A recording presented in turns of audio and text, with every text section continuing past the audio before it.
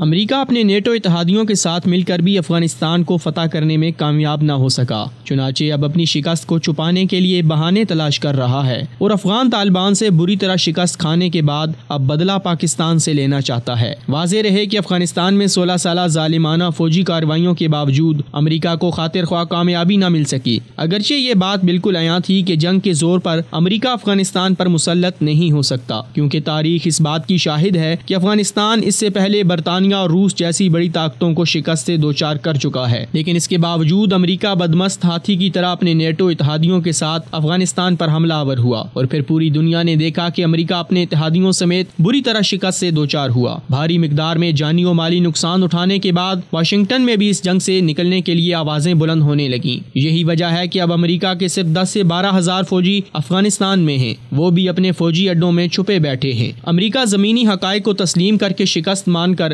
افغانستان سے نکل جائے تو مزید جانی و مالی خسارے سے بچ سکتا ہے، لیکن امریکہ پر فتح کا بھوت سوار ہے اور اپنی اس تمنا کی تکمیل کے لیے پاک فوج کو براہ راست افغانستان میں شامل کرنے کی کوشش کر رہا ہے، تاکہ پاکستانی فوج فتح حاصل کر کے امریکہ کی جھولی میں ڈال دے۔ اس کے لیے بھارت کی طرف سے ہم پر دباؤ ڈال رہا ہے، وہ کشمیر کی سرحد پر گولہ باری کرتا رہتا ہے، ہمارے شہریوں کو بے گناہ شہید کر رہا ہے، اور امریکی وزیر خارجہ پاکستان میں ڈو مور کا نیا مطالبہ لے کر وارد ہوتا ہے کہ پاکستان سے مخصوص مطالبات کیے ہیں، اور امریکہ نے 75 مطلوب لوگوں کی فہرست بھی دی ہے۔ جواباً پاکستان نے بھی 100 مطلوب افراد کی فہرست امریکہ کو تھما دی، جو افغانستان میں مقیم ہیں اور وہاں سے پاکستان میں حملے کر رہے ہیں۔ واشنگٹن سرکار چاہتی ہے کہ پاک فوج حقانی نیٹ ورک اور افغان طالبان کے خلاف جنگ کرے، لیکن پاکستان کے سپہ سالار نے ڈو مور کے مطالبے سے واضح طور پر انکار کر دیا ہے، کیونکہ دہشت گردی کے خلاف جنگ سے پاکستان کا بہت بڑا نقصان ہو چکا ہے۔ پاکستانی سپہ سالار کا کہنا ہے کہ دنیا کو ڈو مور کے مطالبے کی بجائے ہماری قربانیوں کا اعتراف کر کے پاکستانی معیشت کے استحکام کے لیے کوشش کرنی چاہیے۔ واضح رہے کہ پاکستان نے امریکہ کے نئے ڈو مور کے مطالبے کو مسترد کرتے ہوئے کہا ہے کہ اب امریکہ اور دنیا ڈو مور کریں، پاکستان نہیں کرے گا۔ ہمیں امداد نہیں چاہیے، بلکہ امریکہ کی طرف سے الزام تراشی ختم ہونی چاہیے، کیونکہ افغان طالبان کے پاس افغانستان میں محفوظ پناہ گاہیں موجود ہیں، انہیں پاکستان میں پناہ کی ضرورت نہیں۔ بس ضرورت اس امر کی ہے کہ امریکہ ہمارے قومی تشخص کو پامال نہ کرے اور پاکستان کے ازلی دشمن بھارت کو ہماری سرزمین کے خلاف استعمال کرنا بند کرے، تاکہ ہمارا پیارا وطن معاشی ترقی کی راہوں پر گامزن ہو سکے۔